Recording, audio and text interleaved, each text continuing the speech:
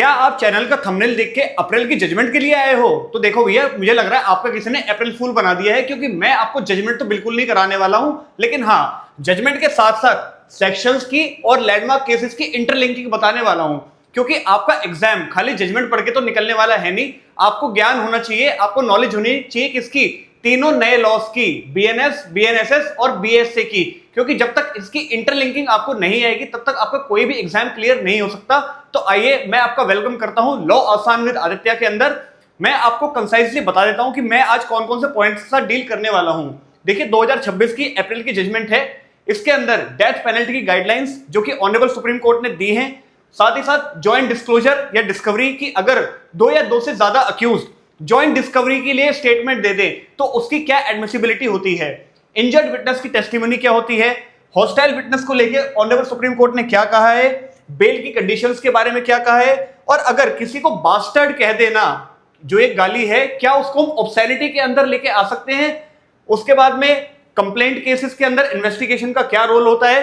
साथ ही साथ अगर अक्यूज आउटसाइड टेरिटोरियल जुरिडिक्शन रह रहा हो कंप्लेंट केसेस के अंदर, तो फिर उसको समन किया जाना चाहिए, नहीं किया जाना चाहिए। साथ ही साथ टीआईपी प्रोसीजर और मेडिकल नेग्लिजेंस का एक केस। तो मैं इन सब के ऊपर आपको जजमेंट तो बताने वाला हूं, साथ ही साथ मैं आपको इंटरलिंकिंग भी बताऊंगा तीनों केसेस के अंदर और तीनों जो भी नए एक्ट्स हैं उनके अंदर। तो बने रहिएगा चैनल के साथ। लॉ आसान with Aditya, like, share and subscribe. तो देखिए, पहला केस है Aman Singh versus state of Bihar. Very important case, recent case है, जिसके अंदर क्या बताया है कि डेथ पेनल्टी, अगर कोर्ट किसी को डेथ पेनल्टी दे रही है तो वहां पर आपको क्या प्रोसीजर फॉलो करना चाहिए। ये थोड़ी ना कि बस जज साहब का मन आया, हाँ भाई ठीक है इसको मौत की सजा सुना दो, उसके बाद भैया वो अपना घर गए, नाश्ता किया, सो गए, ऐसे थोड़ी ना होता है। तो सबसे पहले क्या करना होगा, डेथ पेनल्टी का एक प्रोसीजर फॉलो अप करना होता है। देखिए, जब भी डेथ पेनल्टी दी जाती है सबसे पहले वो ट्रायल कोर्ट के अंदर दी जाती है। अब ट्रायल कोर्ट कौन सी हो सकती है, कोर्ट ऑफ सेशन। तो ट्रायल कोर्ट को सबसे पहले क्या करना है, जैसे ही पता लग गया कि हाँ इस इंसान ने एक ऑफेंस किया है जिसकी पनिशमेंट डेथ भी है, तो आप सबसे पहले रिपोर्ट कंसीडर करो। कौन सी रिपोर्ट, जिसके अंदर एग्रावेटिंग और मिटिगेटिंग फैक्टर्स के बारे में बताया हुआ है। एग्रावेटिंग फैक्टर्स वो फैक्टर्स होते हैं जो कि अक्यूज की कन्विक्शन के अंदर हेल्प करेंगे, और मिटिगेटिंग फैक्टर्स वो होते हैं जो कि उसके एक्विटल के अंदर यूज करे जा सकते हैं, या फिर उसको जल्दी अगर छोड़ना है तो। अगर डेथ पेनल्टी दे दी है लेकिन उसका कंडक्ट इस तरीके का है कि ठीक है, क्या पता है इसको आगे जाके छोड़ देते हैं, मर्सी पिटीशन लगाई जा रही है, तो वहां पे कौन से फैक्टर्स देखे जाते हैं, मिटिगेटिंग फैक्टर्स को। अब वो फैक्टर्स कौन कौन से हो सकते हैं, देखिए, एज, क्या पता कोई अक्यूज बहुत कम एज का हो, ठीक है, ज्यादा 19-20 साल का हो रहा हो, ठीक है, उसकी एजुकेशन, फैमिली बैकग्राउंड, क्या पता उसकी एजुकेशन अच्छी रही हो काफी, लेकिन उसके साथ जो सर्कमस्टांसेस थे जहां पर उसको ऑफेंस करना पड़ गया, वहां पर उसने एक ऑफेंडर की तरह एक्ट नहीं करा। फॉर एग्जांपल, वो प्राइवेट डिफेंस के अंदर किसी ने उसने प्राइवेट डिफेंस को एक्सीड कर दिया, ठीक है, वो अपने आप को बचा रहा हो या फिर किसी और की सेफ्टी कर रहा हो, वहां पर उसने अपने प्राइवेट डिफेंस को एक्सीड कर दिया, तो वहां पर उसका एक क्रिमिनल माइंडसेट नहीं था, लेकिन हाँ उससे ऑफेंस हो गया, ठीक है। तो वहां पर आप सीधा ये नहीं कि डेथ पेनल्टी दे दी, आप मिटिगेटिंग फैक्टर्स को भी जरूर देखो, उसके सर्कमस्टांस देखो भी कहां पर किस तरीके से उसने ऑफेंस कमिट किया है, उसका स्कोप ऑफ इंप्रूवमेंट कैसा है, कि क्या वो सोसाइटी की मेन स्ट्रीम में जाने लायक है या फिर नहीं है। उसके बाद उसका बिहेवियर देखो, अगर जेल पीरियड में जुडिशियल कस्टडी के दौरान उसका अगर बिहेवियर है तो आगे मर्सी पिटीशन लगाने के अंदर काफी हेल्पफुल मिल सकता है। उसके बाद नेचर ऑफ ऑफेंस क्या था, फॉर एग्जांपल एक ऑफेंडर ने मर्डर कर दिया, लेकिन मर्डर के सर्कमस्टांस जैसा कि मैंने बताया प्राइवेट डिफेंस के अंदर कर दिया, लेकिन वहीं पर एक इंसान ने क्या करा, किडनैपिंग का ऑफेंस कर दिया या फिर रेप का ऑफेंस कर दिया। तो मेरे ख्याल से यहां पर मिटिगेटिंग फैक्टर्स को ज्यादा ध्यान में ना रखकर हम एग्रावेटिंग फैक्टर्स की तरफ जाएंगे, क्योंकि रेप करना और एक प्राइवेट डिफेंस के अंदर मर्डर कर देना बहुत अलग अलग बातें हैं, ठीक है। वहां पर आपकी कितनी इविल इंटेंशन है, और यहां पर कह सकते ठीक है कि मर्डर के अंदर आप अपनी जान बचा रहे थे या किसी और की जान बचा रहे थे। खैर, साथ ही साथ इनकम देखिए कि कैसे बैकग्राउंड से आ रहा है, क्या भाई बहुत ज्यादा पॉवर्टी रिडन बैकग्राउंड था, क्या पता वहां पर उस सोसाइटी के अंदर रह रहे हो जहां पर सारे क्रिमिनल्स ही रह रहे हो, तो एक रिहेबिलिटेशन के लिए या फिर एक रिफॉर्मेशन के लिए भी हमें एग्रेवेटिंग और मिटिगेटिंग फैक्टर्स को देखा जाना बहुत जरूरी होता है। ये कहा ऑनरेबल सुप्रीम कोर्ट ने Aman Singh versus state of Bihar के अंदर कि ट्रायल कोर्ट्स को ये सारी गाइडलाइंस फॉलो करनी होती हैं। अब मैं आपको लेके चलता हूं बहुत इंपॉर्टेंट पॉइंट पे। अब आप मुझे ये बताइए, आपने बच्चन सिंह केस का नाम सुना है? बच्चन सिंह केस का नाम बहुत इंपॉर्टेंट है, जहां पर ऑनरेबल सुप्रीम कोर्ट ने क्या कहा था कि डेथ पेनल्टी इज कॉन्स्टिट्यूशनल। आप डेथ पेनल्टी यानी कि कैपिटल पनिशमेंट को दे सकते हैं, कोई इश्यू नहीं है, जो कि कॉन्स्टिट्यूशन भी है। लेकिन आपको सबसे पहली बात क्या ध्यान रखनी है यहां पे, वो केस ना रेयरेस्ट ऑफ रेयर केस होना चाहिए। ऐसा कहा जाता है कि life imprisonment is a rule and death penalty is an exception. तो हमेशा याद रखिएगा कि डेथ पेनल्टी, हम कितने केसेस ऐसे जानते हैं यहां पर डेथ पेनल्टी दी गई है, बहुत कम ऐसे केसेस हैं, ठीक है। इसलिए ऐसा कहा है कि रेयरेस्ट ऑफ रेयर केस के अंदर आपको डेथ पेनल्टी देनी है। दूसरा केस है मच्छी Singh versus state of Punjab, जहां पे एक विलेज के अंदर ब्रूटल मर्डर्स हुए थे और मोटिव क्या था, इविल मोटिव था, जहां पर लाइफ इंप्रिजनमेंट की जो पनिशमेंट है वो इनएडिक्वेट थी, life imprisonment inadequate. That's why Machhi Singh versus state of Punjab के अंदर ऑनरेबल सुप्रीम कोर्ट ने कहा कि ये रेयरेस्ट ऑफ रेयर केस है, तो यहां पे डेथ पेनल्टी देने का स्कोप था, तो कोई इश्यू नहीं था। तो ये था पूरा केस, जिसके अंदर मैंने आपको बताया Aman Singh versus state of Bihar, साथ ही साथ मैंने ये दो केसेस के साथ लिंक कर दिया है। मैंने अब तक जितने भी जुडिशरी के या फिर मैं कहूं लॉ से रिलेटेड एग्जाम देखे हैं, सबके अंदर मैंने ये बच्चन सिंह और मच्छी सिंह वाले केस को जरूर देखा है, साथ ही साथ मेंस के अंदर भी बहुत बार पूछा जाता है।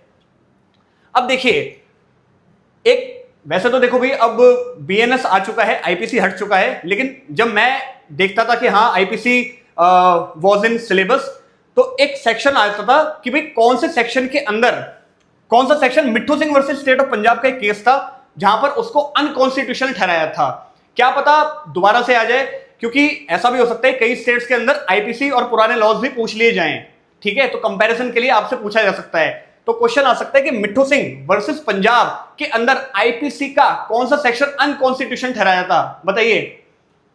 सेक्शन नंबर था 303 आईपीसी का, इंडियन पिनल कोड का, ठीक है। ये बहुत बार क्वेश्चन आ चुका है, तो ठीक है, साथ साथ आपकी प्रीलिम्स की तैयारी भी हो रही है, जजमेंट के साथ साथ प्रीलिम्स की तैयारी हो रही है। अच्छा, अब देखिए, अब आप मुझे ये बताइए कि डेथ का जो प्रोसीजर है, ठीक है, हमने एक इंसान को डेथ पेनल्टी दे दी, तो किस तरीके से दी जाती है, क्या होता है उसके अंदर। सबसे पहले होता है स्पेशल रीजंस रिकॉर्ड करने होते हैं। ये नहीं कि बस ठीक है डेथ पेनल्टी दे दी, आपने सारे एग्रेवेटिंग मिटिगेटिंग फैक्टर्स देखे, तो आपको स्पेशल रीजंस रिकॉर्ड करने होते हैं। क्या आप मुझे बता सकते हैं बीएनएसएस के अंदर कौन सा सेक्शन बात करता है कि कोर्ट को स्पेशल रीजंस रिकॉर्ड करने हैं, बताइए। और साथ ही साथ क्या अक्यूज को किस तरीके से सजा देनी चाहिए, गोली मार के देनी चाहिए कि पानी के अंदर धकेल दो, ऐसे तो नहीं देते, कैसे, रस्सी से लटकाकर, गले में रस्सी लटकाकर उसको हैंग किया जाता है टिल डेथ तक। बताइए, बीएनएसएस के अंदर ये दो सेक्शंस हैं। अब ये बताइए कहां पर दिए हुए हैं, बताइए बताइए बताइए, बता दूं, सेक्शन नंबर 393 का 3। अब अगर आप बीएनएसएस खोलेंगे तो 393 के 3 के अंदर आपको ये दिख जाएगा कि जज साहब को स्पेशल रीजंस रिकॉर्ड करने होते हैं, और वहीं पर उसी सेक्शन के अंदर यानी कि 393 के 5 के अंदर ये बताया गया कि हैंग बाय नेक टिल डेथ, मतलब जब तक वो मर ना जाए तब तक रस्सी उसके गले में टांग के रखो, ठीक है। ये सीआरपीसी के अंदर कहां पर था, पुराने बच्चों से पूछता हूं चलो भी मैं, ठीक है, और आपको नए वाले जो भी हैं उनको भी पता होना चाहिए, क्योंकि जैसा मैंने कहा कि कंपैरेटिव स्टडीज भी आ सकती है। तो देखो सेक्शन नंबर 354 का 5 था और ये 3 था, ठीक है, 354 था सीआरपीसी का, ठीक है, सीआरपीसी का। तो ये दो सेक्शन प्लीज पढ़ लीजिएगा, बहुत इंपॉर्टेंट है आपके प्रीलिम्स के लिए। अच्छा, अब आप मुझे ये बताइए कि नए बीएनएसएस के अंदर जुडिशियल मजिस्ट्रेट फर्स्ट क्लास और सेकंड क्लास अब कितनी कितनी पनिशमेंट दे सकता है। देखिए, फर्स्ट क्लास तो दे सकता है 3 इयर्स की पनिशमेंट, लेकिन उसके फाइन को बढ़ा दिया गया है, फाइन का अमाउंट कर दिया 50,000। और वहीं पर अगर मैं बात करूं जुडिशियल मजिस्ट्रेट सेकंड क्लास की, तो ये 1 साल की पनिशमेंट दे सकता है, और इसका फाइन कितना कर दिया है, 10,000 रुपए। कोर्ट ऑफ सेशन कोई भी पनिशमेंट दे सकता है, चाहे वो 10 साल की हो, 15 साल की हो, बल्कि डेथ की पनिशमेंट भी दे सकता है, साथ ही साथ लाइफ इंप्रिजनमेंट की पनिशमेंट भी दे सकता है कोर्ट ऑफ सेशन। अच्छा, एक और बात, अगर मैं आपसे पूछूं कि इस समय बीएनएस के अंदर कौन सी एक नई पनिशमेंट को जोड़ा गया है, बताइए, न्यू पनिशमेंट, बीएनएस के अंदर नई पनिशमेंट कौन सी है, कम्युनिटी सर्विस।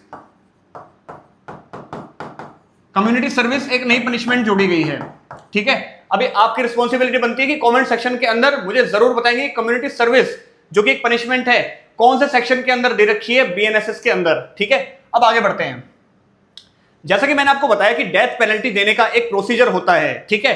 अब वो प्रोसीजर क्या होता है, कन्विक्ट कर दिया आपने, आपने डेथ पेनल्टी दे दी, लेकिन अब कोर्ट ऑफ सेशन को सबसे पहले क्या करवाना होता है, सबमिशन करना होता है कंफर्मेशन के लिए कि भाई आपको कंफर्मेशन करानी पड़ेगी, बिना कंफर्मेशन के डेथ पेनल्टी कभी एग्जीक्यूट नहीं हो सकती। और जब तक डेथ पेनल्टी सस्पेंडेड रहेगी, जब तक कंफर्मेशन नहीं आ जाती। तो मुझे अब ये बताइए कंफर्मेशन कैसे होती है। देखो, court of session high court को भेजता है, court of session high court को भेजता है कि भाई मैं आपको ये कंफर्मेशन के लिए मैं आपको ये सबमिट कर रहा हूं। अब आप मुझे बताइए इस पे क्या हो सकता है। बीएनएसएस के अंदर कौन से चैप्टर नंबर के अंदर कंफर्मेशन हमें देखने को मिलता है, पता है? Chapter number 30। ये ट्रिपल एक्स नहीं है, इसको इस लैंग्वेज में लिखा जाता है 10 10 10, यानी कि चैप्टर नंबर 30। ठीक है, अभी ये मैं सोच रहा मैंने 3 कांटे मार दिए, मुझे भी नहीं पता, नहीं, चैप्टर नंबर 30 कहते हैं इसको। ठीक है, अब सेक्शन नंबर कहां से लेके कहां तक कंफर्मेशन है बताइए, प्रीलिम्स के अंदर पूछ सकता है। तो 407 से 412 ये बीएनएसएस का है। सीआरपीसी के अंदर 366 से 371 तक था शायद, है ना, क्योंकि 372 से तो अपील स्टार्ट हो जाता था। तो ये 407 से 412 बीएनएसएस। ठीक है, अब इसके अंदर एक नया पॉइंट क्या आया है भाई, सीआरपीसी से बीएनएसएस बन चुका है तो एक नया पॉइंट भी आया होगा कंफर्मेशन के अंदर। तो नया पॉइंट है 412 के अंदर। अब कैसे हाईकोर्ट बता सकता है कि हाँ जी मैंने ये कंफर्म कर दिया है, तो एक इलेक्ट्रॉनिक कम्युनिकेशन का भी नया पॉइंट जुड़ गया है। ठीक है, 412 के अंदर हाईकोर्ट अपना सर्टिफिकेट दे रही है कि ठीक है मैंने इस चीज को कंफर्म करा है या फिर इस चीज को मैंने डिनाई करा है, तो ठीक है 412 के अंदर हम उसे इलेक्ट्रॉनिकली भी कर सकते हैं। ठीक है, तो ये थी पूरी जो मैंने आपको ये राम कहानी बताई। ये किस चीज से रिलेटेड है, डेथ पेनल्टी के ऊपर। डेथ पेनल्टी के अंदर आपको कौन कौन से सर्कमस्टांस देखने पड़ेंगे और कौन से स्पेशल रीजंस रिकॉर्ड करने होते हैं, किस तरीके से डेथ पेनल्टी दी जाती है, हैंग बाय नेक टिल डेथ। ठीक है, उसके बाद मैंने आपको 2-3 केसेस भी बता दिए इससे इंपॉर्टेंट, और साथ ही साथ मैंने आपको ये बता दिया कि किस तरीके से कंफर्मेशन आती है और नए पॉइंट्स क्या हैं। चलिए अब बढ़ते हैं दूसरे केस की तरफ। देखिए, दूसरा केस है आनंद जक्कप्पा पुजारी versus Karnataka. I will say this case is very important, क्योंकि इसके अंदर जो टॉपिक जिस चीज के ऊपर ये जजमेंट है वो बहुत इंपॉर्टेंट है। क्या है वो टॉपिक? देखिए, जॉइंट डिस्क्लोजर और डिस्कवरी का। हम सबको पता है कि डिस्कवरी सेक्शन नंबर 27 के अंदर होता था इंडियन एविडेंस एक्ट के अंदर। अब आप मुझे ये बताइए कि डिस्कवरी स्टेटमेंट, ठीक है, डिस्कवरी स्टेटमेंट बीएसए यानी कि भारतीय साक्ष्य अधिनियम के अंदर कौन से सेक्शन के अंदर दे रखा है बताइए, कौन से सेक्शन के अंदर दिया हुआ है डिस्कवरी स्टेटमेंट बताइए। सही आंसर बताने वाले को 5 स्टार खुद लेके खा लेना। ठीक है, बताइए। तो देखिए, सेक्शन नंबर है 23 का 2 आपको दिखेगा, सेक्शन नंबर 23 का 2 उसके प्रोवाइजो में। सेक्शन नंबर 27 ही प्रोवाइजो की लैंग्वेज से ही स्टार्ट होता था, प्रोवाइडेड करके इसी तरीके से अभी प्रोवाइजो के अंदर दे दिया है। सेक्शन 23 का 1 और 2 किस चीज से डील करते हैं कि अगर आप कन्फेशन दे रहे हैं पुलिस को या फिर पुलिस कस्टडी के अंदर, और इन सब तीनों सेक्शंस को एक ही जगह लाया गया है सेक्शन नंबर 23 के अंदर।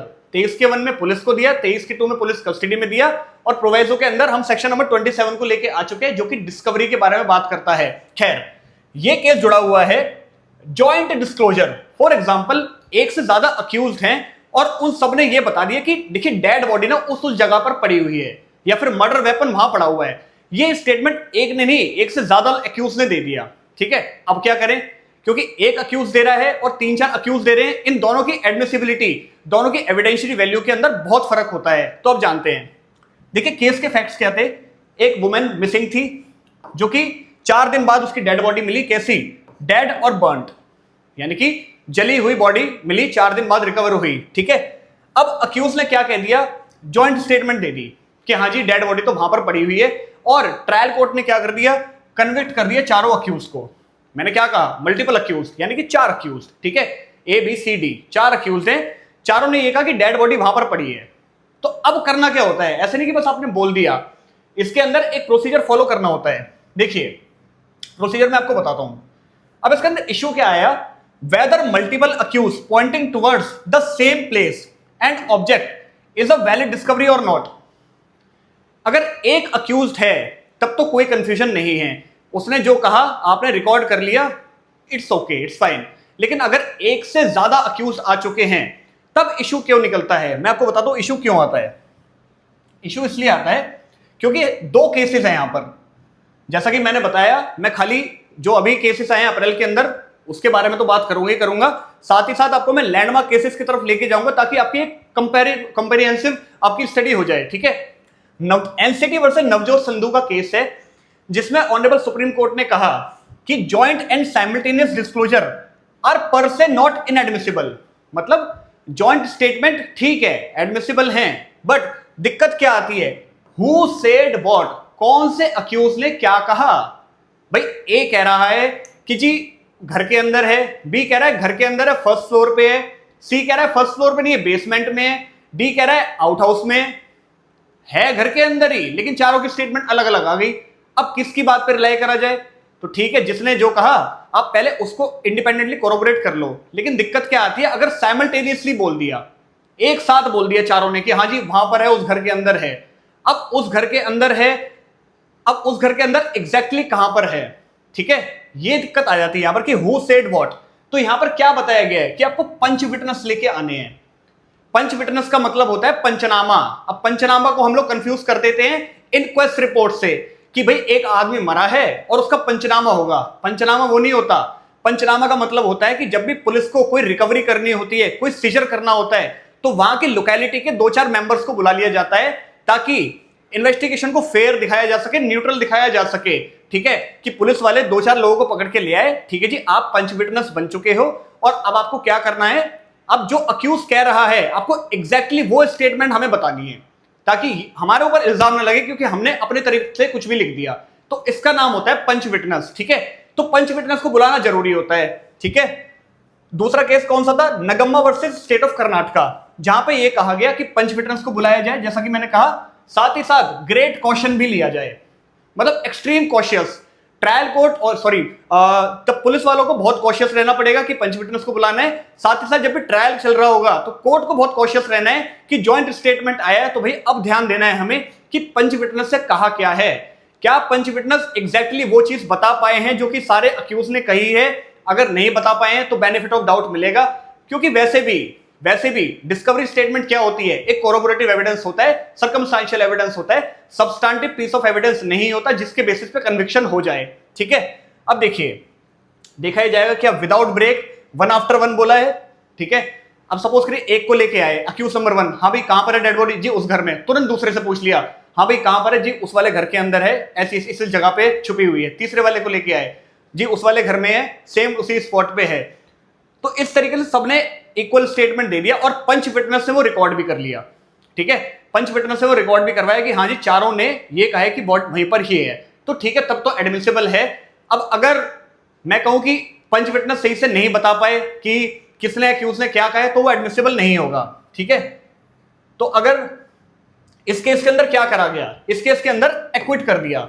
ठीक है, जो मैंने केस बताया आपको, जो मैंने केस बताया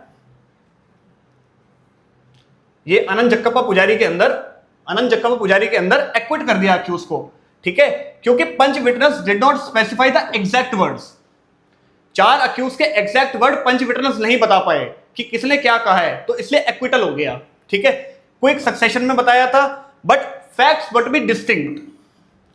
वहीं पर अगर ऐसा होता घर के अंदर डेड बॉडी भी होती, मर्डर वेपन का अलग प्लेस होता, ब्लड स्टेन्ड क्लोथ्स अलग घर में पाए गए होते और तीनों ने अलग अलग स्टेटमेंट दिए होते तो तीनों के खिलाफ रेलेवेंट हो जाते।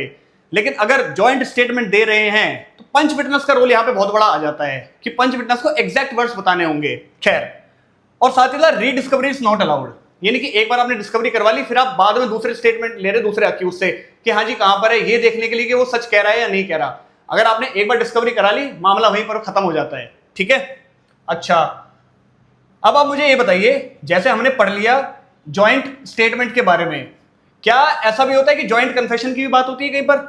ठीक है, जॉइंट कन्फेशन भी होते हैं कि क्या को अक्यूज का कन्फेशन दूसरे अक्यूज के लिए रेलेवेंट हो सकता है। फॉर एग्जाम्पल ए और बी 2 अक्यूज हैं, ए ने कन्फेशन दिया अपने खिलाफ भी और दूसरे के खिलाफ भी, तो क्या ये रेलेवेंट है? जी हाँ, ये रेलेवेंट है। सेक्शन नंबर कौन सा है बताइए? एविडेंस एक्ट के अंदर कहां पर था, अब कहां पर है? एविडेंस एक्ट के अंदर शायद ये सेक्शन नंबर 30 के अंदर होता था, अब कहां पर आ गए? सेक्शन नंबर 24 के अंदर। तो बीएसए के अंदर सेक्शन नंबर 24 के अंदर आपको दिख जाएगा। इन दोनों ने ऑफेंस कौन सा करा होना चाहिए? Same offence. Offence must be same offence, यानी कि अलग अलग ऑफेंस। हाँ, अटेम्प्ट और अबेट किया है तो वो भी इसके अंदर इंक्लूडेड है। ठीक है। उसके बाद हम बात करते हैं ट्रायल की। इन दोनों का ट्रायल कैसा होना चाहिए? अलग अलग होना चाहिए, ज्वाइंट होना चाहिए? ट्रायल ज्वाइंट होना चाहिए, ठीक है। इंप्लीकेट कैसे होना चाहिए? इक्वली, इक्वल इंप्लीकेशन होना चाहिए इसका, ठीक है। इक्वल इंप्लीकेशन, इसकी वैल्यू क्या होती है? ये जो अगर मैं बात करूं कि इसकी वैल्यू क्या है, वैल्यू है इसकी वीक। ये वीक एविडेंस होता है, ये स्ट्रॉन्ग एविडेंस की कैटेगरी के अंदर नहीं आता। कौन सा? जॉइंट कन्फेशन, सेक्शन नंबर 24 भारतीय साक्ष्य अधिनियम के अंदर देखने को मिल जाएगा आपको। बेरट खोल लेना प्लीज, बिना बेरट के समझ नहीं आने वाली ये चीजें। केस कौन सा है? कश्मीरा, कश्मीरा वर्सेस एमपी, मध्य प्रदेश का केस है। अगर स्टेट में अगर गलत लिख दिया तो प्लीज पार्डन मी, करेक्ट कर देना, कमेंट में बता देना। वहां तक मुझे लग रहा है कश्मीरा वर्सेस एमपी ही है इस केस का नाम, ठीक है। अच्छा, अब बात करते हैं इसके अंदर नया प्रोविजन क्या जोड़ा गया है। क्योंकि भैया आप एविडेंस से बीएसए के अंदर लेके आए हो, तो जॉइंट कन्फेशन के अंदर एक बहुत इंपॉर्टेंट पॉइंट आया है। देखो क्या है वो इंपॉर्टेंट पॉइंट, कि जो इसकी एक्सप्लेनेशन 1 थी ना, सॉरी इसकी जो एक एक्सप्लेनेशन थी वो तो एक्सप्लेनेशन नंबर 1 कर दी है। जो इसकी एक्सप्लेनेशन नंबर 2 है, जो इसकी एक्सप्लेनेशन नंबर 2 है, वहां पे ये पॉइंट दे दिया है कि सपोज करो एक अक्यूज है ए और बी फरार है, बी नहीं मिल रहा आपको। अब उसकी एब्सेंस में चलाया गया ट्रायल भी जॉइंट ट्रायल माना जाएगा, जहां पर कन्फेशन को कंसीडर करा जा सकता है। But as I told you, it is not a substantive piece of evidence, it is just a corroborative evidence, or you can say a link to just see that whether the accused has committed the offense or not, ठीक है। इससे ज्यादा इसकी evidentiary value नहीं आती, ठीक है। अब जैसा कि मैंने बताया एक्सप्लेनेशन नंबर 2 के अंदर ये बता दिया कि अगर एब्सकॉन्ड भी है, ठीक है, एब्सकॉन्ड भी है तो कोई इशू नहीं है, बिना ट्रायल आप उसके बिना अभी ट्रायल कर सकते हैं। चलिए एब्सकॉन्ड से मुझे याद आया, एब्सकॉन्ड से मुझे अब ये याद आया है कि सेक्शन नंबर 84 बात करता है किस चीज की? बीएनएसएस का सेक्शन नंबर 84 किस चीज की बात करता है?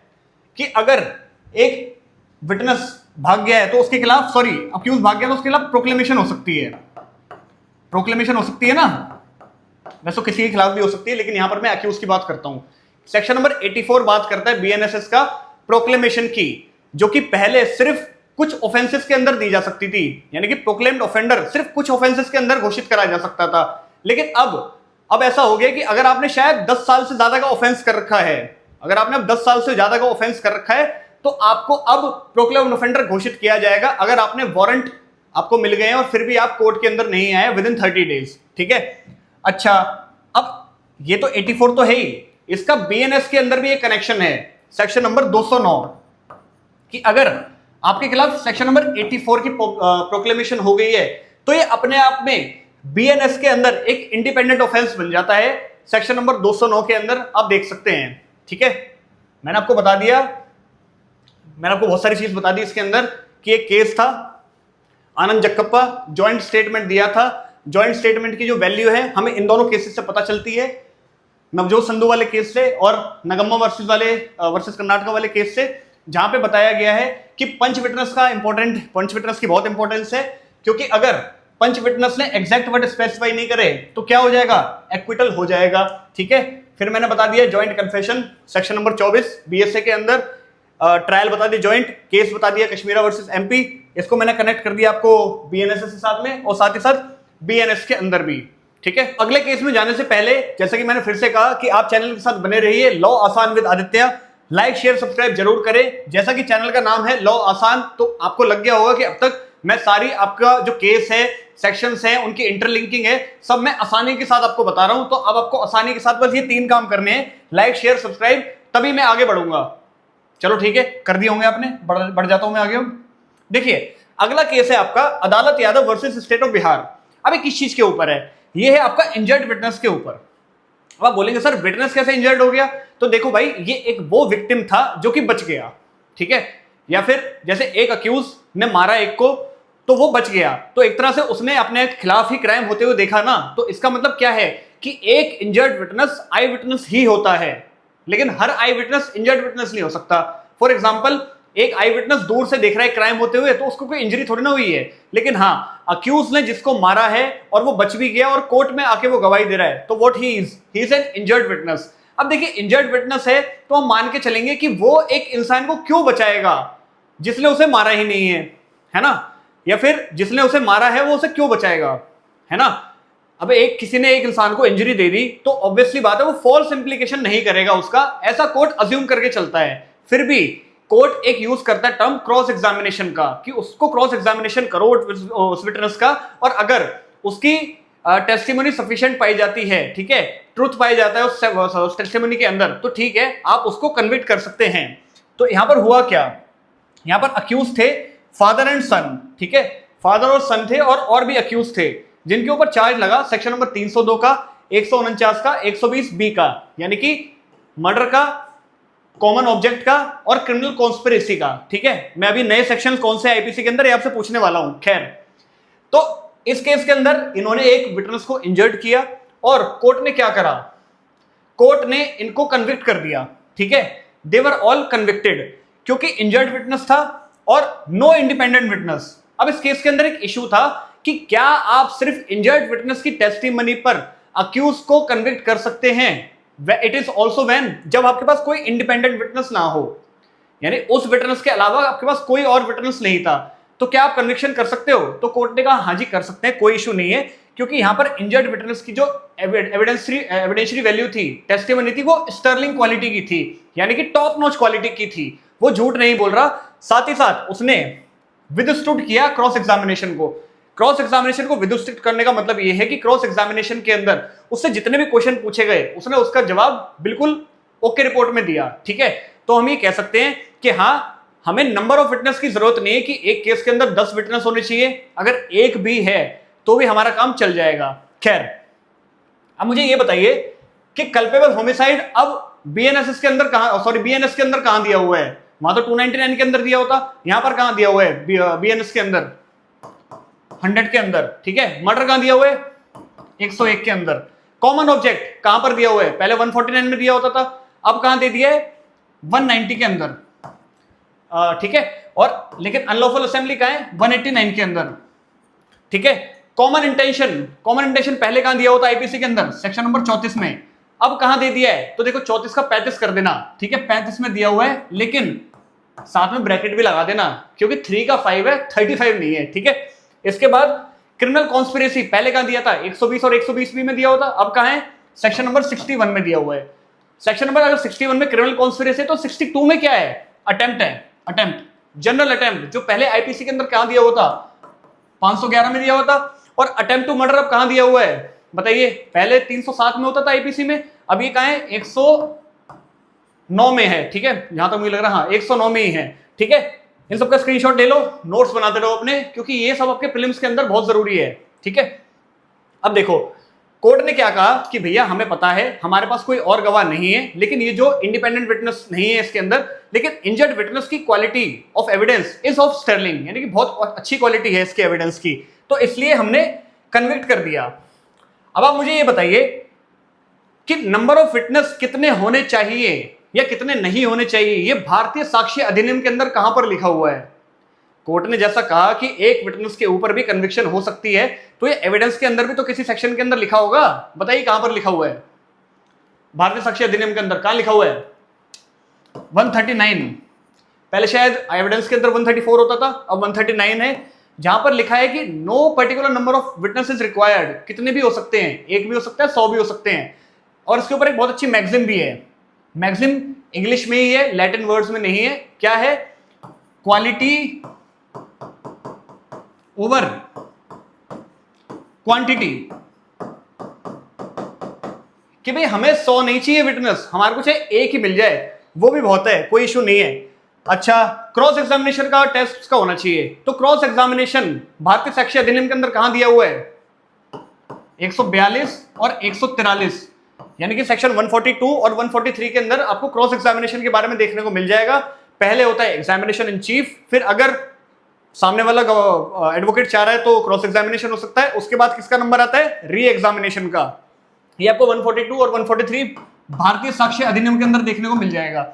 साथ ही साथ अब आप मुझे ये बताइए लीडिंग क्वेश्चन कहां दिए हुए हैं। लीडिंग क्वेश्चन का मतलब ये होता है कि जो सामने वाला वकील, फॉर एग्जांपल अक्यूज का वकील अगर प्रोसिक्यूशन के गवाह से कुछ बात निकलवाना चाह रहा हो, ठीक है, क्या आपने अक्यूज को तो देखा नहीं था जब क्राइम कमिट हो रहा था वहां पे, अब अगर उसने बोल दिया हाँ सर मैंने तो नहीं देखा था, तो सर देख लो ये क्या आई विटनेस है, जब इसने अक्यूज को क्राइम कमिट करते हुए देखा ही नहीं, तो ये हो गया लीडिंग क्वेश्चन, ठीक है। यानी कि वो बात निकलवाना सामने वाले के गवाह से जो आपके मन में है, ताकि आप ये प्रूव कर सको कि सामने वाला विटनेस सही नहीं बोल रहा, ट्रुथ नहीं बोल रहा, ठीक है।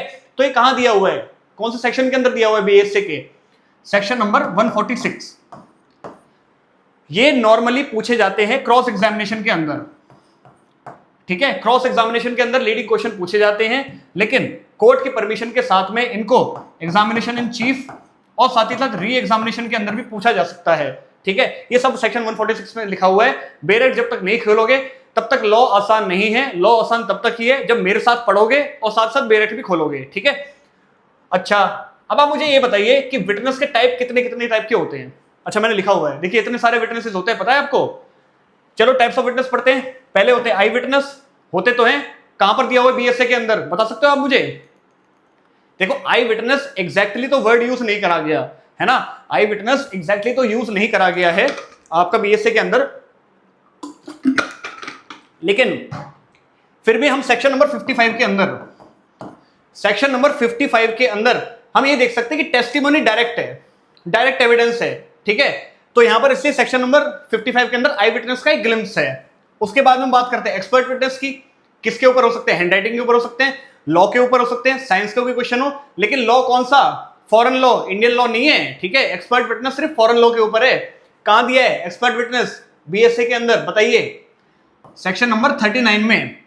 होस्टाइल विटनेस कहां दिया हुआ है, होस्टाइल विटनेस का मतलब क्या हुआ कि एक विटनेस अपनी पार्टी के केस को प्रूव सपोर्ट ना करके दूसरी वाली पार्टी का केस सपोर्ट कर रहा है। फॉर एग्जांपल प्रोसिक्यूशन ने एक गवाह बुलाया, क्या आपने अक्यूज को क्राइम कमिट करते हुए देखा, सर मैं तो वहां था ही नहीं, मैंने तो कभी देखा ही नहीं, वो जो स्टेटमेंट था वो तो मैंने गलती से दे दिया। तो क्या बोलेंगे, अरे यार ये विटनेस तो हॉस्टाइल हो गया, ठीक है, अभी विटनेस तो हॉस्टाइल हो गया। कहां दिया हुआ है बताइए, बता दूं, ये 157 में दिया हुआ है, जहां पे एक पार्टी अपने ही गवाह से क्रॉस क्वेश्चन कर सकती है, क्रॉस एग्जामिन कर सकते हैं। नॉर्मली क्या होता है, क्रॉस एग्जामिनेशन सामने वाले विटनेस का करा जाता है, लेकिन अगर वो हॉस्टाइल हो रहा है, मेरा खुद का विटनेस अगर हॉस्टाइल हो रहा है, तो भाई मैं अब उसके खिलाफ क्रॉस क्वेश्चनिंग करूंगा, ये प्रूफ करने के लिए सर देखिए मेरा गवाह बिदक गया है, ये सही नहीं बता रहा है, तो कृपया करके आप ये जो भी कह रहा है ना, इसकी टेस्टिमनी पे रिलाई मत करिए। 157, ठीक है। चाइल्ड विटनेस, चाइल्ड भी विटनेस होते हैं, लेकिन क्या होना चाहिए, उनको क्वेश्चन समझ में आना चाहिए और उनकी आंसर करने की कैपेसिटी होनी चाहिए। कहां दिया हुआ है, ऐसा चाइल्ड विटनेस यूज नहीं कर रखा। नॉर्मली हम इसको 124 के अंदर पढ़ सकते हैं कि विटनेस कौन हो सकता है, ठीक है। चांस विटनेस, चांस विटनेस का मतलब यह है कि बाय चांस वो विटनेस वहां मिल गया, उसका वहां पर ना कोई लेना देना था, ना उसका कोई वहां काम था, ना ही उसका वहां कोई बिजनेस था, ना ही वो वहां जॉब करता, ना वो कोई उसका घर था, वो बस बाय चांस वहां पे मिल गया।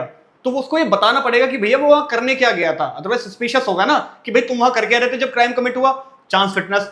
एकम्प्लिस विटनेस कहां पर दिया हुआ है बताइए, एकम्प्लिस विटनेस दिया है 138 में।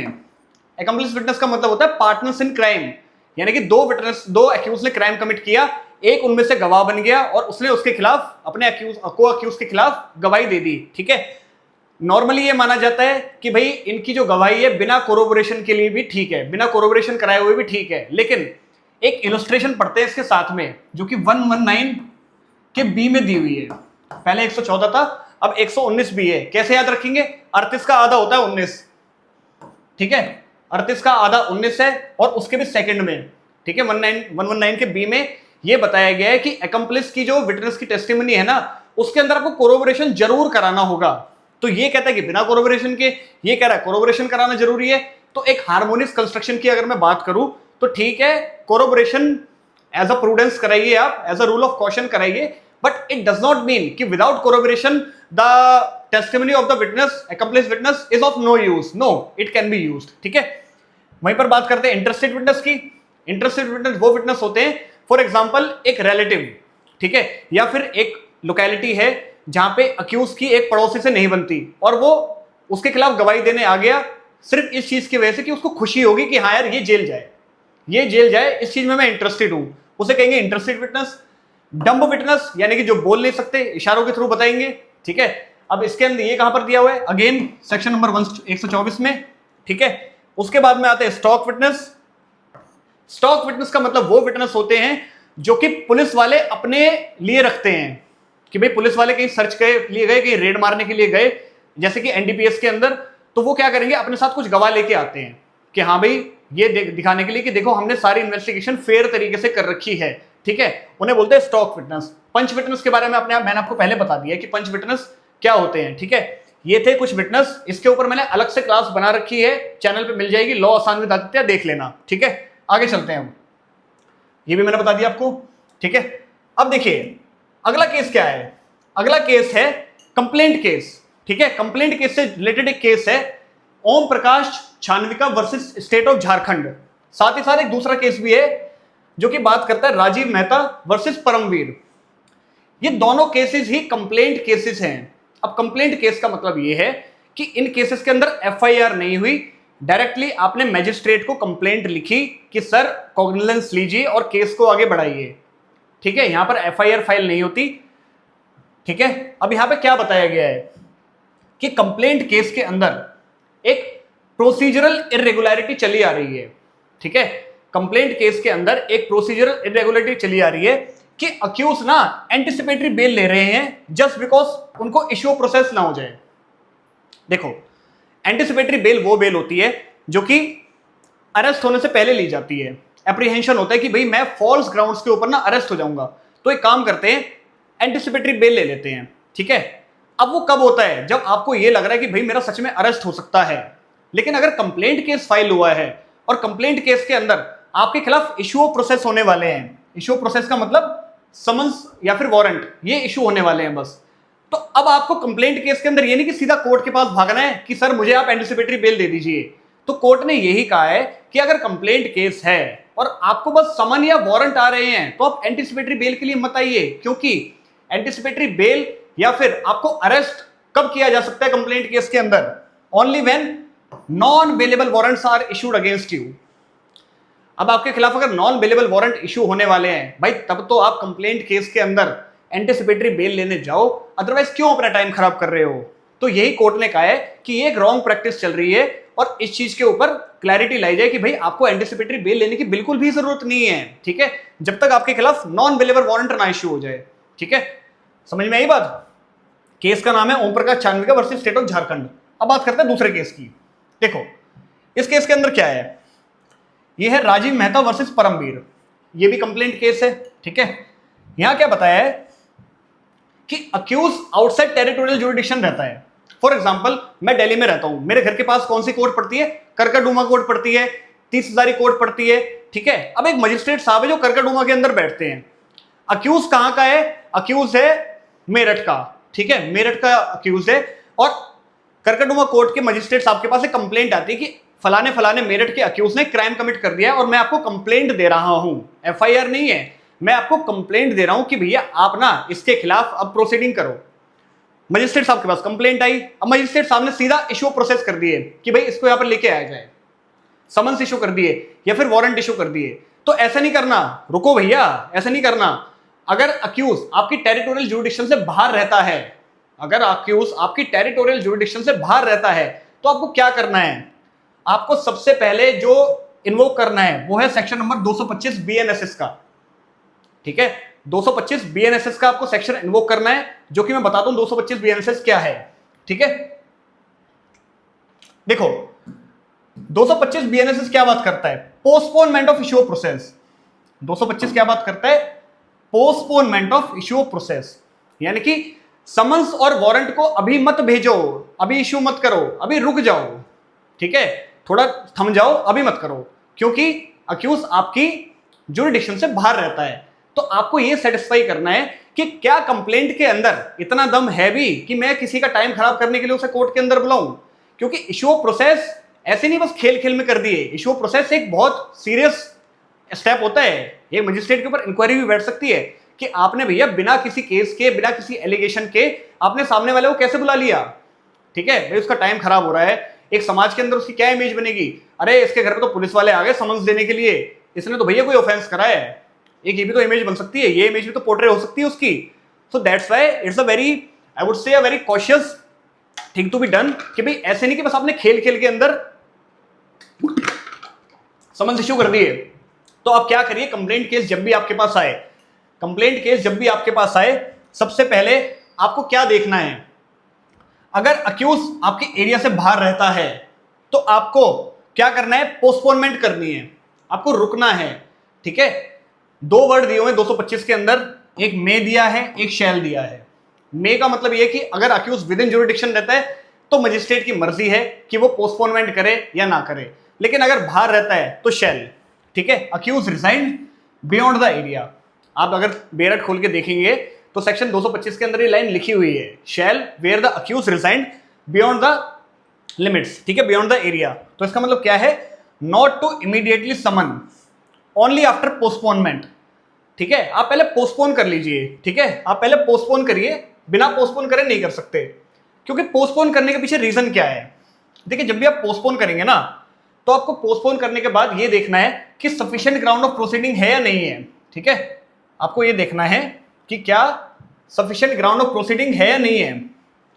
पोस्टपोन करने के पीछे सबसे बड़ा रीजन ये होता है, मजिस्ट्रेट को दिमाग लगाना है, कंप्लेंट आई है, अच्छा ये मेरे ज्यूरिडिक्शन से बाहर रहता है, अब मैं क्या करूं, इसको बुलाऊं या ना बुलाऊं। अरे यार, इसके खिलाफ सफिशिएंट ग्राउंड है भी या नहीं है। चलो एक काम करते हैं, अभी इशू प्रोसेस को रोक देते हैं। अब मैं क्या करूंगा, इशू प्रोसेस को मैंने रोक दिया, फाइंड आउट मुझे ये करना है कि सफिशिएंट ग्राउंड ऑफ प्रोसीडिंग है या नहीं है। ठीक है, अब मैं सबसे पहले क्या करूंगा, अब मेरे पे दो रास्ते हैं, इन्वेस्टिगेशन या फिर इंक्वायरी। मैं पुलिस को इन्वेस्टिगेशन ऑर्डर कर दूंगा कि भाई आप थोड़े बहुत एविडेंस लो इसके खिलाफ, लेकिन यहां पर याद रखना एफआईआर नहीं होगी। जब एफआईआर ही नहीं होगी तो चार्जशीट कहां से आ जाएगी, चार्जशीट भी नहीं होगी। ठीक है, arrest warrant, no arrest without warrant, बिना वारंट के अरेस्ट नहीं कर सकती पुलिस। ठीक है, जैसे कि हम देखते हैं सेक्शन नंबर 35 है बीएनएस का, सेक्शन नंबर 35 है बीएनएसएस का, जहां पे पुलिस विदाउट वारंट के अरेस्ट कर सकती है कॉग्निजेबल केसेस के अंदर। लेकिन अगर कंप्लेंट आ गई है, ठीक है, कंप्लेंट आई है और कंप्लेंट के अंदर मजिस्ट्रेट ने एक इन्वेस्टिगेशन ऑर्डर करी है, लिमिटेड इन्वेस्टिगेशन पुलिस वाले को, तो अरेस्ट विदाउट वारंट नहीं होगा। या तो ये ऑप्शन है कि भाई मैं इन्वेस्टिगेशन ऑर्डर कर दूं, दूसरा ऑप्शन क्या है, या तो वही कोर्ट खुद इंक्वायरी कर ले, कोर्ट खुद इंक्वायरी करे, थोड़े बहुत एविडेंस देखे, विटनेसेस को एग्जामिन करे ओथ पे, उसके बाद इस नतीजे पे आए कि क्या सफिशिएंट ग्राउंड ऑफ प्रोसीडिंग है या नहीं है। अगर है तो आप समन कर दो, वारंट कर दो, अदरवाइज मत करो। और एक बहुत इंपॉर्टेंट बात, देखो जो कंप्लेंट केस है ना, कंप्लेंट केस, अब मुझे ये बताइए कौन से सेक्शन के अंदर डील करा गया है। 223 के अंदर डील करा गया है, 223, 24, 25, 26, ये 4 सेक्शन है। ठीक है, 226 तक है आई गेस, पहले क्या होता था सेक्शन 200 से 204 के अंदर सीआरपीसी के अंदर, लेकिन अब बीएनएसएस के अंदर कहां दिया हुआ है कंप्लेंट केसेस, 223 से 226 के अंदर ही दिया हुआ है। ठीक है, अब इसके अंदर नया पॉइंट क्या आया है, नया पॉइंट क्या है कि जब भी 223 के अंदर कंप्लेंट आएगी, एक कंप्लेंट आई 223 के अंदर मजिस्ट्रेट के पास, तो अब सबसे पहले नया पॉइंट क्या दे दिया है कि आपको अक्यूज को ना सुनना है, उसको हियर करो। यानी कि अक्यूज के पास एक राइट आ गया है, राइट टू बी हर्ड। ठीक है, राइट टू बी हर्ड, जिसे हम कह सकते हैं लोकस स्टैंडाई। कंप्लेंट आई, आपने विटनेस देख लिए, आपने एग्जामिनेशन कर लिया कंप्लेनेंट का, विटनेस का, अब आप अक्यूज को भी सुन लो। क्या पता वो उसी स्टेज पे कुछ ऐसी चीज बता दे कि आपको ये, यार कंप्लेंट के अंदर तो कोई दमी नहीं है, सीधा 226 के अंदर डिसमिसल मार दो कंप्लेंट का, ना कोई इशू प्रोसेस होगा, ना बास होगा, ना बांसुरी, क्या वो कहावत होती है, कुछ होगा ही नहीं। समझ में आई बात। तो जैसे ही अक्यूज आपको, जैसी कंप्लेंट आती है, तो ये सीआरपीसी के अंदर नया प्रोविजन नहीं था, बीएनएसएस के अंदर एक प्रोविजन दिया गया है कि कंप्लेंट जैसी है 223 के अंदर जैसी कंप्लेंट फाइल होती है, आप अक्यूज को सुनो, आप अक्यूज को तो सुनो, लेकिन आप बेरेट के अंदर देखो, बेरेट के अंदर देखोगे 223 के अंदर ये लाइन लिखी हुई है कि हाँ भाई राइट टू बी हर्ड। कल को जब मजिस्ट्रेट बन जाओगे तब ये लाइन याद आएगी कि हाँ जी, लॉ आसान वाले आदित्य ने कुछ बताया था कि जैसे ही कंप्लेंट आई तो ये नहीं कि बस सिर्फ कंप्लेनेंट को सुना, सिर्फ विटनेस को सुना, भैया अक्यूज को भी सुन लो। ठीक है, अब अक्यूज को सुनने का मतलब ये, अगर अक्यूज आपकी कोर्ट में है तो ठीक है, वो कोर्ट में आया नहीं तो इसका मतलब ये थोड़ा कि पहले उसे बुलाओ, हाँ तुझे क्या कहना है। अगर कोर्ट में नहीं है तो अलग बात है, अगर कोर्ट में है तो वहीं पर सुन लो। और अगर ज्यूरिडिक्शन से बाहर रहता है, आपकी ज्यूरिडिक्शन से बाहर रहता है, तो क्या करोगे, पोस्टपोनमेंट करोगे। ठीक है, पोस्टपोनमेंट कर लो, पोस्टपोनमेंट के बाद इंक्वायरी कर लो या इन्वेस्टिगेशन कर लो, उसके बाद ये देखो कि क्या उसके खिलाफ सफिशिएंट ग्राउंड ऑफ प्रोसीडिंग थी या नहीं थी। सफिशिएंट ग्राउंड प्रोसीडिंग है, ठीक है, समन करो, वारंट करो, कोई दिक्कत नहीं है, कोई परेशानी वाली बात नहीं है। ठीक है, ये मैंने आपको बता दिया कंप्लेंट का जो भी प्रोसीडिंग थी, दोनों केसेस के बारे में बता दिया है। ठीक है, अगले केस पे चलते हैं। अब अगला केस स्टार्ट करने से पहले मैं आपसे 3 सवाल पूछना चाहूंगा, ठीक है? क्या आप मुझे ये बता सकते हैं कि फर्दर इन्वेस्टिगेशन कौन से सेक्शन में दी गई है? क्या कह रहे हो पहले ये तो बता दो, फर्दर इन्वेस्टिगेशन होती क्या है? अच्छा भाई सुनो, एक इन्वेस्टिगेशन हुई, चार्जशीट फाइल हो गई, इन्वेस्टिगेशन हो गई कंप्लीट, ठीक है? अब उसके ऊपर नॉर्मली कॉग्निजेंस लिया जाता है, लेकिन सपोज करो पुलिस वाले को लग गए कि यार इसके अंदर ना कुछ और एविडेंस भी हैं, ठीक है? इस केस को कुछ और एंगल से भी देखा जा सकता है जो कि मुझे पहले नहीं पता था। तो पुलिस वाला क्या करेगा, फर्दर इन्वेस्टिगेशन करना स्टार्ट कर देगा और साथ में लगा देगा एक सप्लीमेंट्री चार्जशीट, ठीक है? जो कि पहले वाली इन्वेस्टिगेशन को रिप्लेस नहीं करेगी, लेकिन उसकी कॉन्टिन्यूएंस के अंदर होगी, और बाद में वो आप चार्जशीट क्या करो, मजिस्ट्रेट को सबमिट कर दो। अभी फर्दर इन्वेस्टिगेशन हमें देखने को कहां मिलता है बीएनएसएस के अंदर? देखो ये मिलता है आपको सेक्शन नंबर 193 के 9 में, ठीक है? 193 के 9 में मिलता है। पहले सीआरपीसी के अंदर कहां होता था चार्जशीट? 173 में होता था, और 173 के 8 में शायद फर्दर इन्वेस्टिगेशन होता था, देख लेना 173 के 8 में होता था, हाँ ठीक है। अब कहां है? 193 के 9 में है। अब नॉर्मली हम देखते हैं इन्वेस्टिगेशन है तो क्या ये ट्रायल के दौरान भी करी जा सकती है? मतलब ट्रायल स्टार्ट हो गया है और इन्वेस्टिगेशन तक खत्म ही नहीं हुई, इन्वेस्टिगेशन चल रही है अभी, तो ऐसा थोड़ी ना होता होगा, है ना? ट्रायल के दौरान थोड़ी ना होती होगी, गलत हो जाएगा आंसर। होती है ट्रायल के दौरान भी, ठीक है? ड्यूरिंग ट्रायल भी फर्दर इन्वेस्टिगेशन हो सकती है, ठीक है? लेकिन टाइम पीरियड क्या होता है कि आपको विद इन 90 डेज कंक्लूड करना होता है, ठीक है? 90 डेज के अंदर कंक्लूड कर दो। कोर्ट की परमिशन के साथ ये एक्सटेंडेबल भी है, ठीक है? कोर्ट की परमिशन के साथ ये टाइम को एक्सटेंड भी किया जा सकता है, ठीक है? और ये सब कोर्ट की परमिशन के साथ ही होगा। अब ये मत बोलना सर क्या पढ़ा रहे हो, आपको तो कुछ पता ही नहीं। भाई बेरेट खोल लो, जब तक बेरेट नहीं खोलोगे तब तक ये चीजें नहीं समझ में आएंगी, ठीक है? अपना बेरेट खोलो, एक साथ में कॉपी लो, साथ में नोट्स बनाओ जो मैं केस लिखवा रहा हूं, ठीक है? और जो भी मैं इंटरलिंकिंग करवा रहा हूं उन सबको साथ में लेके रखो। आपके एग्जाम्स के लिए रेडी नोट्स है एकदम, ठीक है? मैं क्लासेस भी जल्दी शुरू करने वाला हूं, जो भी एग्जाम आ रहे हैं, हरियाणा एडीए, दिल्ली एपीपी या जुडिशरी के जो भी एग्जाम आएंगे, मैं उसकी क्लासेस स्टार्ट करने वाला हूं। लेकिन आप अभी अपना एक बेस बनाओ, मेरे साथ पढ़ने की आदत डालो कि अच्छा ठीक है मैं एक लिंकिंग करवा के पढ़ा रहा हूं आपको, और साथ में केसेस के साथ भी डील कर रहा हूं, ठीक है? तो जैसा मैंने बताया, सेक्शन नंबर 193 का 9 ट्रायल के दौरान भी हो सकती है, परमिशन ऑफ द कोर्ट, और 90 डेज का टाइम पीरियड होता है जो कि कोर्ट की परमिशन के साथ बढ़ाया भी जा सकता है, ठीक है? अगला केस देखो, केस का नाम है फिरोज बादशाह वर्सेस स्टेट ऑफ तमिलनाडु, ठीक है? ये फिरोज बादशाह करके हैं, स्टेट ऑफ तमिलनाडु का केस है। इसके अंदर क्या बताया गया है कि अगर आप किसी को बेल दे रहे हो, ठीक है, मद्रास हाई कोर्ट ने इसके अंदर बेल अलाउ कर दी। सेक्शन कौन से थे इनके ऊपर? फिरोज जी के ऊपर 406, 409, 420, बड़े अच्छे अच्छे ऑफेंसेस करे इन्होंने, ठीक है? टोपी पहनाने का ऑफेंस करे, इसकी टोपी उसके सर, चीटिंग, ठीक है? 420। अब मद्रास हाई कोर्ट ने बोल दिया कि ठीक है हम बेल अलाउ कर रहे हैं आपको। मद्रास हाई कोर्ट ने बोला हम आपको बेल अलाउ कर रहे हैं, लेकिन आपको क्या करवाना पड़ेगा? ट्रायल कोर्ट को ऑर्डर दिया कि आप सेल ऑफ इमूवेबल प्रॉपर्टी कर दो अक्यूज की, यानी कि जो फिरोज हैं भैया, इनकी ना आप इमूवेबल प्रॉपर्टी को बेच दो, और जो भी प्रोसीड्स आए, प्रोसीड्स का मतलब जो भी पैसे आए, वो डिस्ट्रीब्यूट कर दो प्रोसीड्स को कंप्लेनेंट और विक्टिम के अंदर।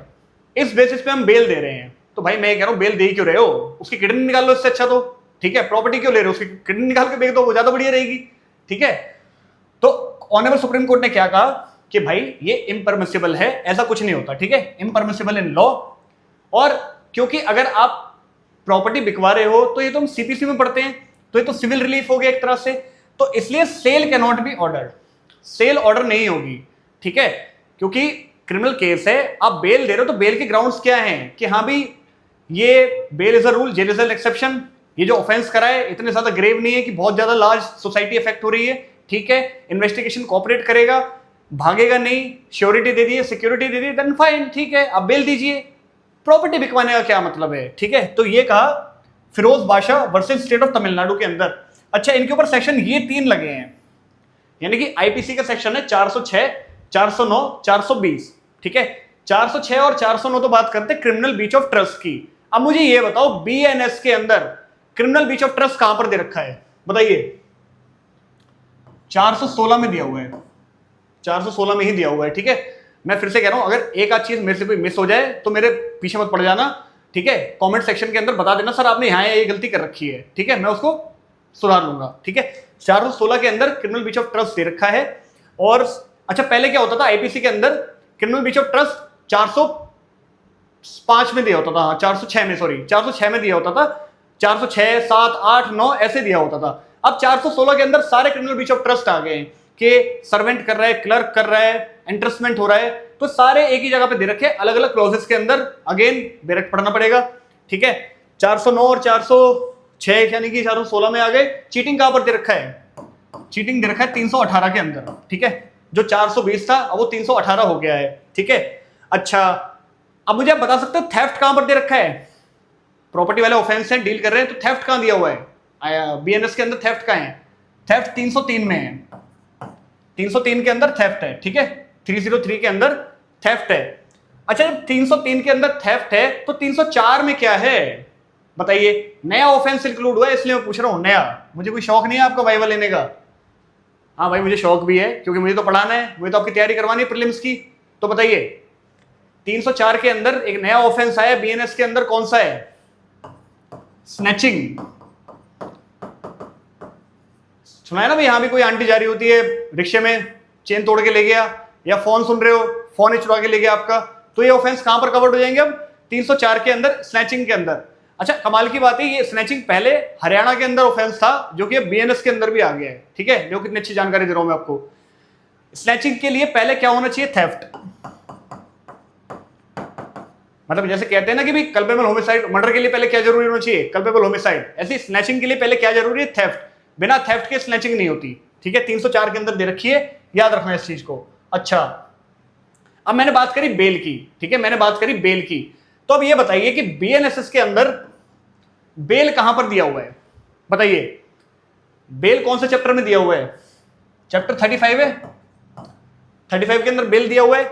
एंटिसिपेटरी बेल कहां पर दिया हुआ है? बताओ मुझे भाई, इंपॉर्टेंट सेक्शन है, यही पूछा जाते हैं कि एंटिसिपेटरी बेल कहां दिया हुआ है? 482 के अंदर दिया हुआ है। कहां से लेते हैं हम? या तो हाई कोर्ट से या फिर कोर्ट ऑफ सेशन से। सिर्फ दो ही कोर्ट है जहां पर एंटिसिपेटरी बेल मिल सकती है, ठीक है। 482 482 के अंदर। अच्छा, मैक्सिमम। अच्छा हाँ, एक बहुत इंपॉर्टेंट पॉइंट यार, ये मतलब बहुत इंपॉर्टेंट पॉइंट है, मैंने अभी प्रैक्टिस में भी देखा है, मैं कोर्ट में भी गया था तो मैंने इस चीज को बिल्कुल प्रैक्टिकली देखा। देखिए, सेक्शन नंबर 479 के अंदर दिया हुआ है कि maximum period of under trial, कि आप अंडर ट्रायल प्रिजनर्स जो हैं, या फिर मैं कहूं अंडर ट्रायल अक्यूज जो हैं, प्रिजनर नहीं बोलना चाहिए, अंडर ट्रायल अक्यूज जो हैं, उनको कब तक के लिए डिटेन करा जाना चाहिए? कब तक के लिए डिटेन कर सकते हैं आप? तो पहले क्या होता था सीआरपीसी के अंदर, आप उनको जैसे उनका हाफ पीरियड हो जाए, जैसे उनका हाफ पीरियड हो जाए, उनको आप बेल दे दो, वो पता लगेगा पीपी उनकी बेल कैंसिल करवा ले, then it's a different matter all together. But when the half period is complete, then it is a ground of a bail. पहले हाफ होता था, अब क्या करा गया है?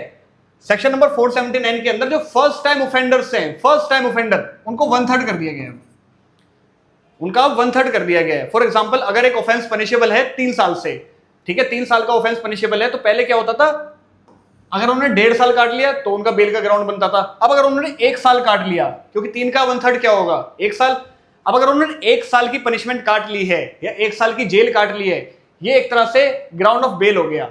ये कन्विक्शन से पहले है, क्योंकि अभी ट्रायल तो हुआ ही नहीं है, शक के बेसिस पे बेचारे क्या नाम है जेल में पड़े हुए हैं।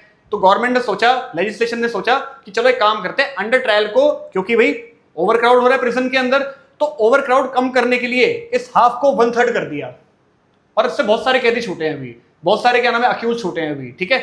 तो 1/3 कर दिया, लेकिन हाँ एक शर्त है, जो ऑफेंस है वो लाइफ इंप्रिजनमेंट और डेथ से पनिशेबल नहीं होना चाहिए, क्योंकि इनके सेंटेंस का हाफ क्या करोगे? आधी मौत या आधा लाइफ इंप्रिजनमेंट। तो इसलिए लाइफ इंप्रिजनमेंट, डेथ का ऑफेंस नहीं करा होना चाहिए। बाकी कोई भी ऑफेंस हो उसके अंदर हाफ और 1/3 वाले अब भी हैं, 1/3 वाला नया पॉइंट जोड़ दिया गया है। अच्छा, एक बहुत इंपॉर्टेंट पॉइंट जो कि करंट अफेयर्स के अंदर भी चल रहा है, लीगल करंट अफेयर के अंदर, कि एक स्टेट को अंदर दूसरे स्टेट की बेल ले रहे हैं हम। मतलब एफआईआर हुई आपके खिलाफ एक स्टेट के अंदर, लेकिन आप बेल लेने पहुंच गए दूसरे स्टेट के अंदर। बताइए, पवन खेड़ा का नाम सुना है आपने? मैंने इसके ऊपर 2-3 बहुत एक्सटेंसिव वीडियो बना रखी है, देख लेना। इसे हम कहते हैं transit anticipatory bell. Transit anticipatory bell मतलब एफआईआर हुई है सपोज करो आपके खिलाफ दिल्ली के अंदर, लेकिन आप बेल लेने पहुंच गए कहां? आगरा के अंदर, क्योंकि आपको ऐसा लग रहा था दिल्ली के अंदर मेरा अरेस्ट हो जाएगा, तो एक काम करता हूं आगरा के अंदर जाके मैं बेल ले लेता हूं, क्योंकि यहां पर मेरा घर हो सकता है या फिर यहां पर मेरा बिजनेस है, तो ठीक है मैं यहां पर बेल ले लूंगा। और यहां पर आपको बेल कितने टाइम की मिलेगी? सिर्फ 1 हफ्ते की, 1 हफ्ते की बेल मिलेगी। बेल लेके आप ट्रांसपोर्ट करो, ट्रांजिट करो वापस दिल्ली में आके, और वहां पर कोर्ट को दिखाओ सर देखो मेरे को बेल मिल गई है, तो अब अगर मुझे अरेस्ट भी कर लिया जाएगा तो ठीक है, I have an anticipatory bell, अब इसको फाइनलाइज कर दो, क्योंकि ये सिर्फ एक हफ्ते के लिए टेम्पररी बेल मिलती है, ठीक है। तो मैंने आपको केस बता दिया, केस का नाम है फिरोज बादशाह वर्सेस स्टेट ऑफ तमिलनाडु। भैया आप बेल देते हुए किसी की प्रॉपर्टी मत बिकवाओ, ये ऑनरेबल सुप्रीम कोर्ट ने कहा, ठीक है। साथ ही साथ मैंने आपको बेल यहां पर डील कर दिया, chapter number 35 anticipatory 482, maximum trial बता दिया मैंने, maximum sorry detention period under trial वालों का 1/2 होता था, 1/3 कर दिया है, ठीक है। ट्रांजिट एंटिसिपेटरी बेल के बारे में बता दिया। अब बात करते हैं अगले केस की। हाँ तो जी अगला केस है state of Kerala versus Abdul Rashid. क्या बोर हो गए क्या? अरे भाई बोर मत हो, एग्जाम आएंगे तो फिर जब ठक ठक क्वेश्चन लगेंगे ना तब मजा आ जाएगा, ठीक है। अच्छा बस जल्दी खत्म करने वाला हूं क्लास को, ठीक है। बस केस लास्ट 2-3 केस और रह गए। देखो स्टेट ऑफ केरला वर्सेस के अब्दुल रशीद, इस केस के अंदर क्या हुआ था? ये केस बात करता है हॉस्टाइल विटनेस की, ठीक है। मैंने आपको पहले बता दिया हॉस्टाइल विटनेस कौन से होते हैं, जो अपनी पार्टी का केस सपोर्ट ना करके दूसरी पार्टी का केस सपोर्ट कर रहे हैं, ठीक है। सेक्शन कौन सा है बीएसए के अंदर हॉस्टाइल विटनेस का? 157, ठीक है। बीएसए भारतीय साक्ष्य अधिनियम के अंदर, भारतीय साक्ष्य अधिनियम के अंदर सेक्शन 157 को आपको हॉस्टाइल विटनेस का मिल जाएगा। हॉस्टाइल विटनेस कहीं लिखा नहीं हुआ है, बस हम कहते हैं कि हाँ ये सेक्शन हॉस्टाइल विटनेस के लिए, क्योंकि वहां लिखा है कि party can cross question to his own witness. इसका मतलब क्या होता है? Hostile witness. अच्छा अब इस केस के अंदर क्या हुआ? देखो फैक्ट्स क्या है कि एक ऑफिसर था, शायद कोई तालुकदार, जो कि ब्राइब मांग रहा था, ठीक है। तो ब्राइब ट्रैप बिछाया गया, ठीक है। अक्यूज ने एक्सेप्ट कर ली, ट्रायल कोर्ट ने उसको कन्विक्ट कर दिया, लेकिन PW1 जिसके जो मेन विटनेस था इसके अंदर वो हॉस्टाइल हो गया था, ठीक है। उसने ये कह दिया कि नहीं इसने तो मेरे से कोई ब्राइब ली नहीं, तो हाई कोर्ट ने उसको एक्विट कर दिया, ठीक है। PW1 के बेसिस पे उसको हाई कोर्ट ने एक्विट कर दिया, लेकिन ऑनरेबल सुप्रीम कोर्ट ने हाई कोर्ट का जो डिसीजन था उसको ओवरटर्न कर दिया, उसको ओवररूल कर दिया और उसको कर दिया कन्विक्ट, ठीक है। और रीस्टोर करा दोबारा से ट्रायल कोर्ट का डिसीजन, यानी कि फाइनली उसको कन्विक्ट कर दिया even if the witness turned hostile.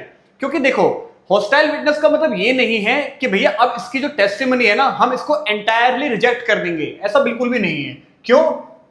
क्योंकि ऑनरेबल सुप्रीम कोर्ट ने इसी केस के अंदर एक लैंडमार्क केस का मेंशन किया जिसका नाम है सतपाल वर्सेस दिल्ली एडमिनिस्ट्रेशन, 1976 का केस है, ठीक है।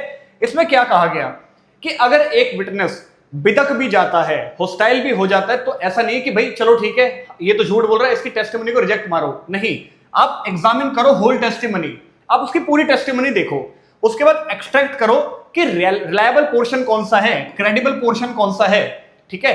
सपोज करो उसने टेस्टिमनी दी, उसके अंदर उसने कुछ बातें हॉस्टिलिटी वाली करी लेकिन कुछ बातें उसने बिल्कुल सही बताई, तो ठीक है आप एक काम करो, जो क्रेडिबल पोर्शन है, जो सही वाला पोर्शन है, आप उसको ले लो, उसको देखो बाकी एविडेंस के साथ में।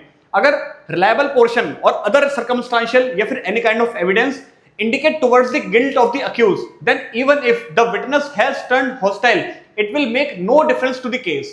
क्योंकि हम इसको बाकी एविडेंस के साथ में तो देख रहे हैं। तो कोर्ट ने ये कहा कि देखिए falsus in uno falsus in omnibus is not applicable in Indian law, ये इंडिया के लॉ में एप्लीकेबल ही नहीं करता। तो अगर एक चीज झूठी है तो इसका मतलब ये नहीं कि उसको पूरा ही झूठा मान लोगे 100%, ये इंडिया के अंदर नहीं लगता है, ठीक है।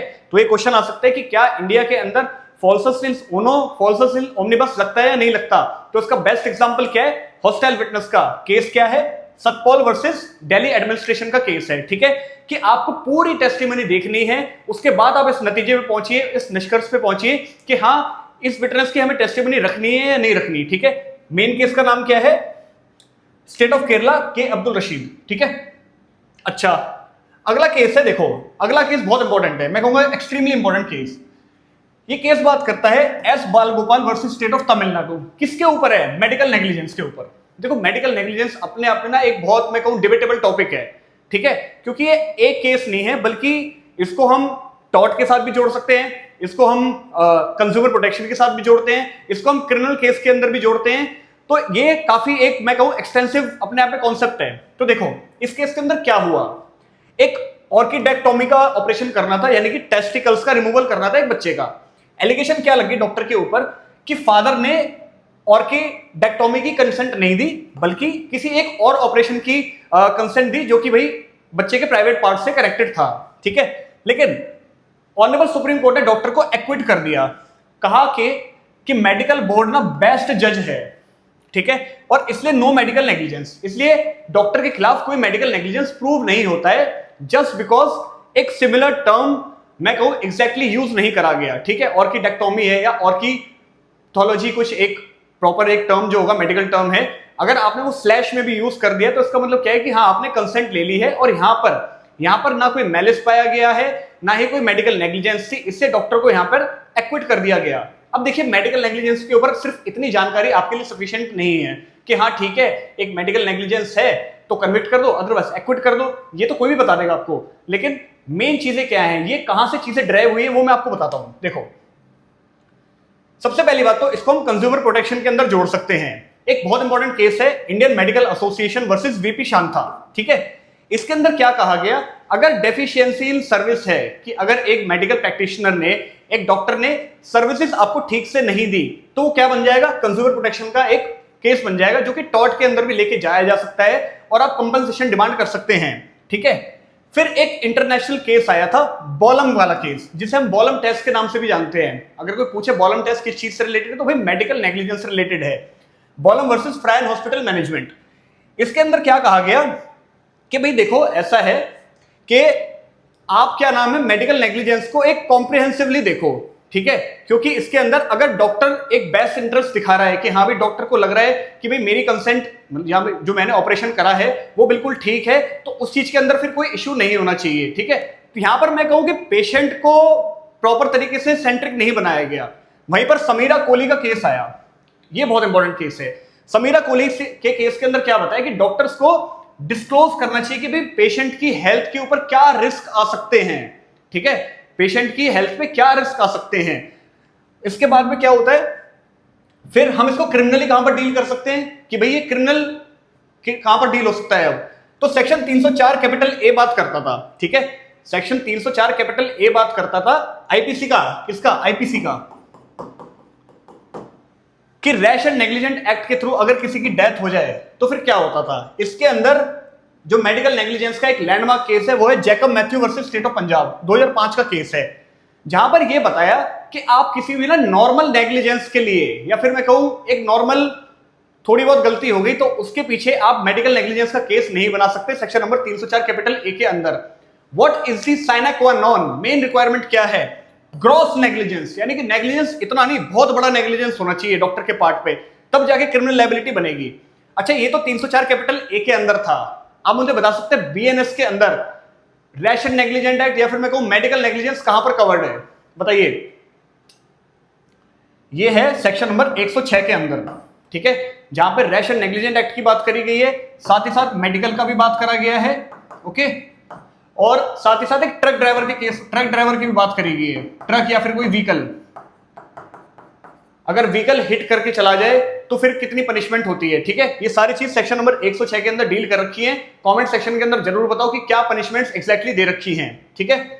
तो भाई मैंने 3 केस बताए आपको, Indian medical association versus VP Shanta जिसमें कहा गया कंज्यूमर प्रोटेक्शन के अंदर जा सकते हो, फिर समीरा कोहली वर्सेस डॉक्टर प्रभा मनचंदा जिसमें इन्फॉर्म्ड कंसेंट की बात करेगी कि आप कंफर्म कंसेंट बताइए कि हाँ जी हम आपकी कंसेंट लेना चाह रहे हैं और आपके ऊपर ये मेडिकल रिस्क हैं, ताकि डॉक्टर्स अपनी लायबिलिटी को एस्केप नहीं, लायबिलिटी से बच सकें, ठीक है, एक मेडिकल नेग्लिजेंस की लायबिलिटी से बच सकें।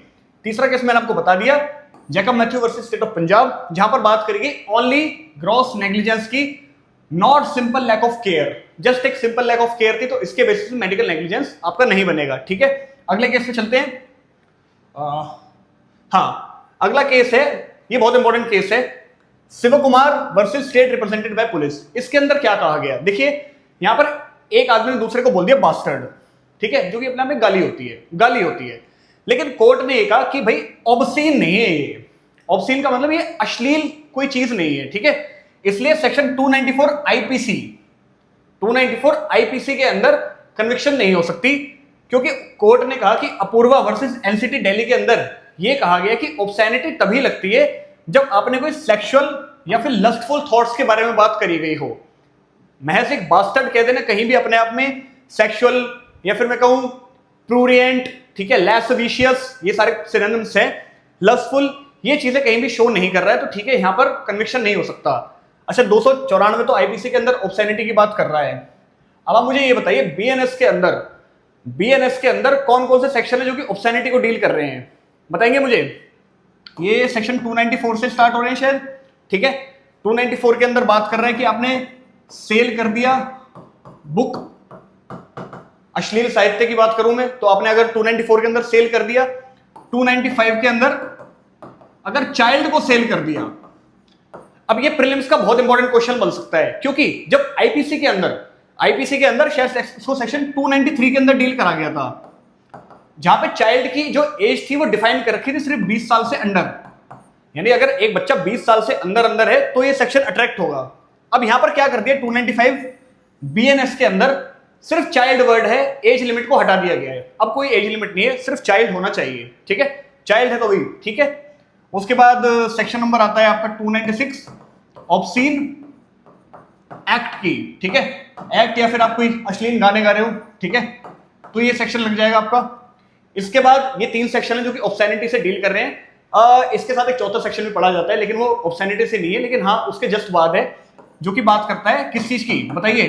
297 बीएनएस किस चीज की बात करता है? लॉटरी, ठीक है, लॉटरी की बात करता है, जिसके अंदर शायद पनिशमेंट कितनी है?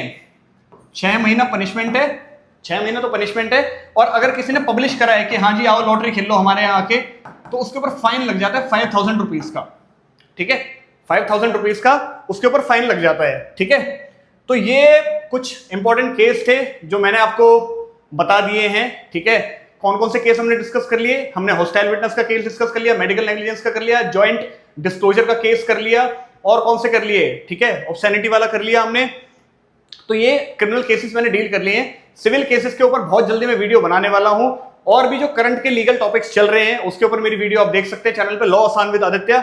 बस इतने सारे जो मैंने केस आपको पढ़ा दिए हैं, उसके बदले में बस आपको 3 चीजें करनी है, लाइक शेयर सब्सक्राइब। ये भाई साहब हंस रहे हैं, ये मैं ही हूं वैसे, ठीक है, बस मेरी फोटो अच्छी आ रही है, ठीक है, तो उसको देखते हुए लाइक शेयर सब्सक्राइब कर दीजिए, जुड़े रहिए चैनल के साथ। लॉ आसान with Aditya. Thank you so much.